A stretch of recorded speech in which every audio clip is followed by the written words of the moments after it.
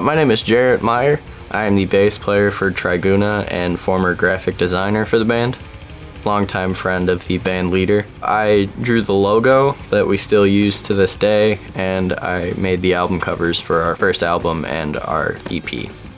I haven't done the graphic art for any of the past 3 albums because I became the bass player for the band, and specifically our new album, I put a lot of writing work into it, and so I couldn't really do the art. That went to Scotty Bates. Mark of Sacrifice, new album out July 17th. The writing process for the new album was more of a collaborative effort than ever before for the band, and we kind of started with a general structure of what we wanted to do and just built off of that structure over the course of a few months and demoed it out at home, kind of put the pieces together. Then we did what we could outside of the studio just to kind of save money, and brought it all in as best as we could to finish it up. Literally the night before, Evan stayed up all night to make sure everything was perfect. There wasn't too much, but obviously with any recording there's going to be some mistakes that need to be fixed. And as far as doing the actual recordings, we were pretty crunched for time. I was going in after work at 11 o'clock at night into the factory we were recording in to try and lay down the rest of my bass tracks a good 3 days before we were going into the studio. So it was getting pretty stressful. There might have been some yelling, but we made it through and it turned out really well, and we're all the better for it. My bass strings, I have a whole method with that. I like to boil them first. I use, real quick, flat wound D'Addarios 5-string set. Those are my favorites. I love the flat wound jazzy sound.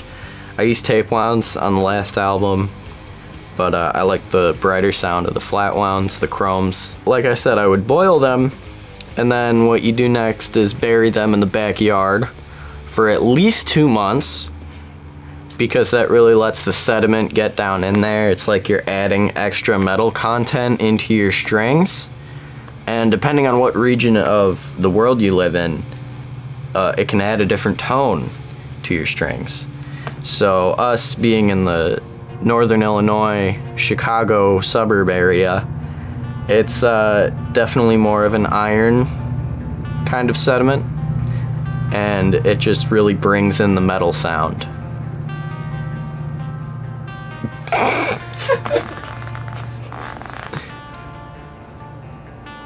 They're old strings. I haven't changed them in over 20 years, and I'm 20, and this doesn't make sense, but believe me, folks, you get some great tones, and you're just having a straight pop. I play a 5-string Conklin Groove Tools GT5.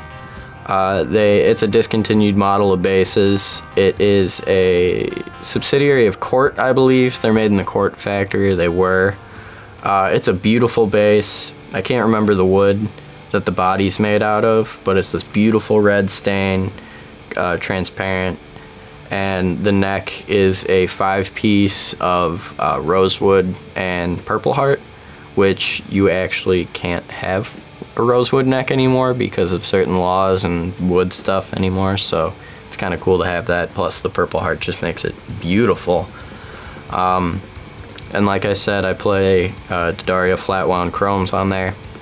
Good old Ampeg over here, the SVT 350H. I've been using this amp since I joined the band. I think it's like a 90s model, and it's just a workhorse. It gives a really great tone with what we're going for, like the 90s death metal, but with the jazz influence to it. You can get some good clean tones out of it, but it does metal bass really, really well. We had a lot of fun recording the new album, The Mark of Sacrifice. It'll be out July 17th. Hope you guys check it out. Peace. That was a thumbs up. Yeah.